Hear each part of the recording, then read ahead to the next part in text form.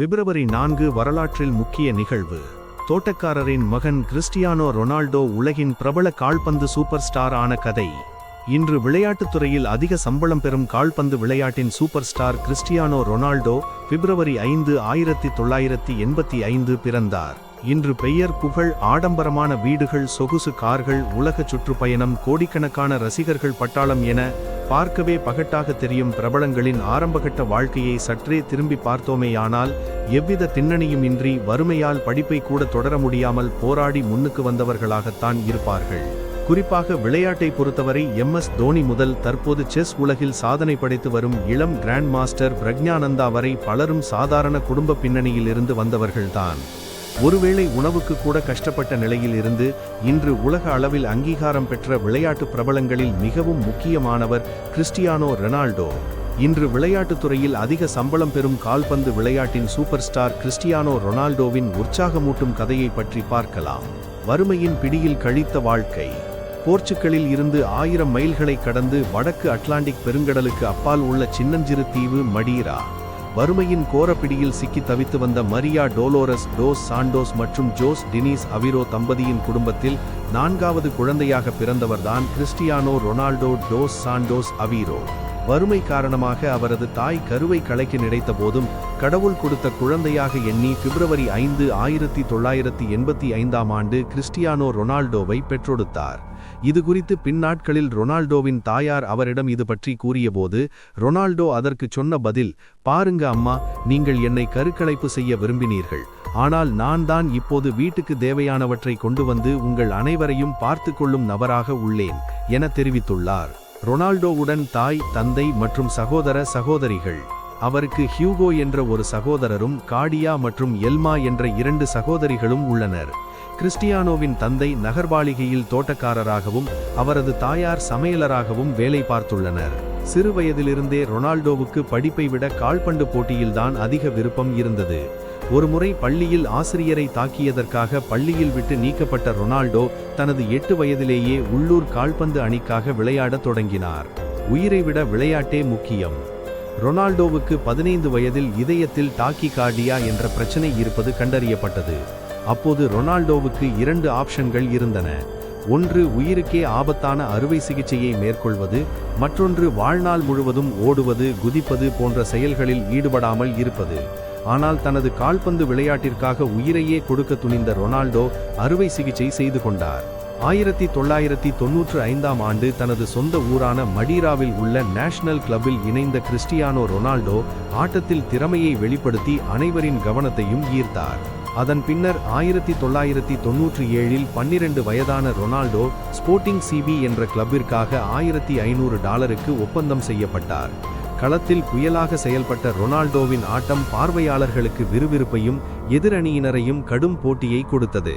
அதனடுத்தேது முதல் முறையாக 2003 Manchester United என்ற பெரிய கிளப்பில் இணைந்தார்.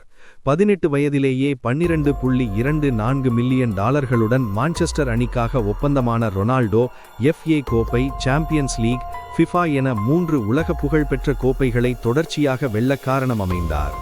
கிறிஸ்டியானோ ரொனால்டோ ஊக்கத்தை பற்றி பேசும்போது, பெரும்பாலான நேரங்களில் என்னை நானே ஊக்கப்படுத்திக் கொள்கிறேன், நான் சுய உந்துதல் மூலம் உற்சாகமடைகிறேன் என தெரிவித்துள்ளார். இதனால் கால்பந்து விளையாட்டின் மிகவும் உயரிய விருதான பலோன் டி'ஆர் விருதை தனது 23 வயதிலேயே வென்றார். பணக்கார விளையாட்டு வீரர். 2009 ரியல் மாட்ரிட் அணிக்காக $94 மில்லியன் ஒப்பந்தம் செய்யப்பட்டார். இதன் மூலம் உலகிலேயே அதிக தொகைக்கு ஒப்பந்தம் செய்யப்பட்ட வீரர் என்ற பெருமையை பெற்றார். ரியல் மாட்ரிட் வீரராக அவரை அறிமுகம் செய்யும் நிகழ்ச்சியை காண மட்டும் சாண்டியாகோ பெர்னாபு மைதானத்தில் 80,000க்கும் அதிகமானோர் குவிந்தது இன்று வரை உலக சாதனையாக உள்ளது. ஆகஸ்ட் 2009 அன்று டிபோர்டிவோ டி லா கொரோனாவுக்கு எதிரான லா லீகா ஆட்டத்தில் ரொனால்டோவின் வெறித்தனமான ஆட்டம் மாட்ரிட் அணிக்கு வெற்றியை பெற்று தந்தது. 23 அக்டோபர் 2010 அன்று ரேசிங் டி சாண்டாண்டருக்கு எதிரான 6-1 என்ற வெற்றியின் போது ரொனால்டோ தனது வாழ்க்கையில் முதல் முறையாக ஒரு போட்டியில் 4 கோல்களை அடித்தார். 2010-11 சீசனின் முடிவில் லா லீகாவில் 40 கோல்களை அடித்த முதல் வீரர் என்ற பெருமையை பெற்றார். மாட்ரிட் அணியுடன் லா லீகா தொடர், கோப்பா தொடர் என அடுத்தடுத்து 15 கோப்பைகளை வென்று கொடுத்து ஒட்டுமொத்த கால்பந்து உலகின் கவனத்தை பெற்றார்.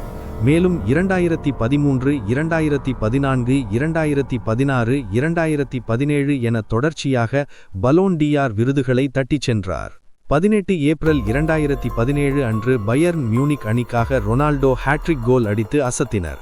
இதன் மூலமாக UEFA சாம்பியன்ஸ் லீகில் 100 கோல்களை எட்டிய முதல் வீரர் என்ற பெருமையை பெற்றார். 2018 அன்று ஜிரோனாவுக்கு எதிரான ஆட்டத்தில் ரொனால்டோ தனது 50வது கேரியர் ஹேட்ரிக்கை எட்டினார்.